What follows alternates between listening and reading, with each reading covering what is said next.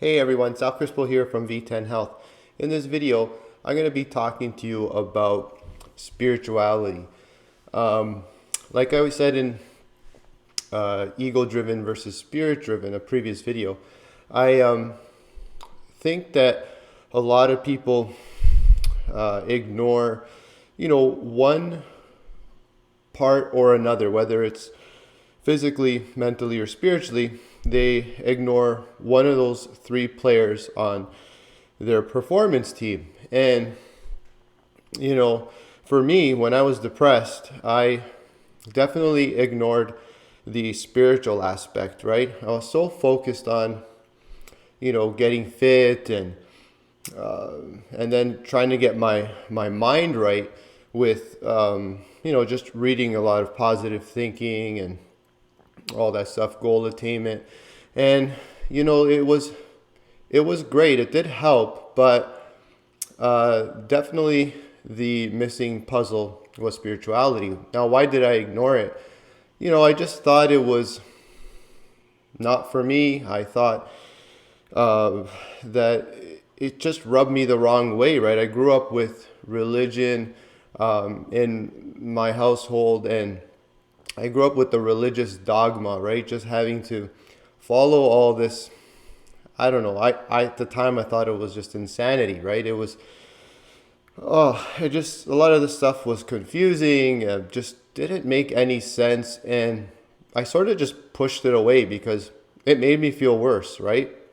So, what I didn't realize at the time was that, religious dogma and spirituality shouldn't be grouped together. I mean, they're completely different, and I realize that today, obviously. But as a result of this grouping together and pushing all that stuff away, I became spiritually bankrupt. And the more I ignored my spirit self, the more depressed I became. Now, of course, I wasn't conscious of this, but what happened is anytime I would, come across some spiritual books or something, like the universe would bring a lot of that into my life, I would just push it away. I would just be like, this is nonsense. This isn't going to help me. This is just, a waste of time and whatever. So I was very close to it. I was very close to it.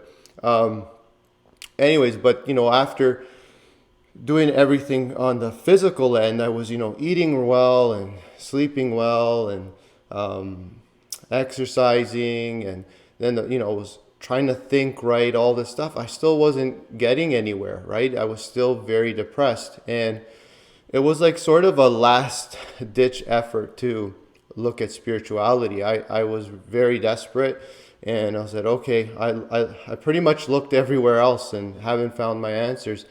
And so I went on a journey, and lo and behold, it saved me and it healed me, right? So it's something I really like talking about because it's not just mental health; it's spiritual health too. It's very important. And how do you become more spiritually healthy? One of the first things I recommend is to create a relationship with God. Right now, I know what you're probably thinking. Oh no, not God, this man with a long beard. And it doesn't have to be that. It's whatever you choose it to be. Like, I think of it more as a great spirit. I think of it more of universal intelligence or mind or spirit. Again, it's not something that has the human form even in any way. But I don't know what God looks like, or it really is up to you. For me, I don't know or really even care to know. But what I do know is what I feel, and what I felt when I connected was just an unbelievable presence, an unbelievable sense of unconditional love, joy, peace, and all these things. And I really do wish it upon everyone. So this is why I, express it to other people. I have no intention of having people follow a certain cult or, do certain rituals or any of this kind of stuff. It's just, listen, I was severely depressed. I was close to ending my life. And, I, I followed through with this conscious unity step. And when I did it, I came out the other side and I was healed. So why wouldn't I share it with other people? And if you don't believe in this whole, believing in God and all this stuff, that's fine too. I mean, you could still be spiritual. You could still lead a spiritual life and increase your spiritual health. In my first book, One Habit at a Time, I give 2 other habits that you can include into your spiritual life or practice, and it's very simple. Well, one of them is gratitude, right? So the habit of being grateful. So you just, whatever it is, think about all the blessings in your life, and you just say thank you for them on a daily basis. Getting into this feeling of, gratitude really helps to put a lot of negative feelings at bay. So just practice being grateful and say thank you to a lot of people. Notice the things that people do for you around you, and make sure they know how you feel about it. And that really leads into the next habit, which was the habit of service, which means you actively do great things for other people, right? You look at living a little bit more selflessly, if you will, where you think, okay, what can I do to help this person, or what can I do to serve others?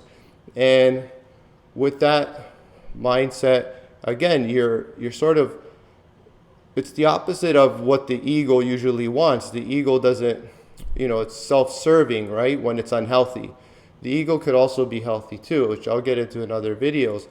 But so normally it's when it's unhealthy, it's self-serving. And so by just focusing on other people and helping other people and seeing what you can do to bring more love and joy and peace into other people's lives, you sort of do that for yourself at the same time. It's rewarding, right? It's, you reap what you sow. And I want to end off this video by saying, I always tell people this, it doesn't matter whether you really believe in God or not. Like, I don't think that's as important as the golden rule, which really means treat others like you yourself want to be treated. I would rather be with an individual who follows the golden rule and doesn't believe in God, than with an individual who believes in God but doesn't follow the golden rule, right? So I think you could be very spiritual if you just practice a lot of just gratitude, being a person of service, creating a great relationship, even if it's not with God but with yourself, where you just love yourself. Like, be very compassionate with yourself. Don't beat yourself up. Like, a lot of people do that. So, and going back to God, with the performance team, where I place God really is your coach, right? So you have the workhorse, the body, you have the mind, which is the star player, right? The one that thinks and calculates and gets things done. And then you have the captain, right? The soul of the team, which really is, the driving force and the one who's going to set you in the right direction. What the cool thing about the soul is that it is the only one of the three that has direct communication with God, with the universal mind, right? So it's up to you. It's like, if you don't want a coach, if you don't want this coach who's all wise, who's infinitely intelligent and can really help you live a more glorious, abundant, and heavenly life, then that's fine. I mean, again, it's your choice. I'm just letting you know I lived with and without a coach, and for me, it is a world of a difference. Anyways, that's the message for today. Thank you for watching, and next post I'm going to talk a little bit more about conscious unity and how to achieve it, and basically the one way that I did it. I'm sure there are several ways to do it, and we'll look forward to seeing you then. Bye for now.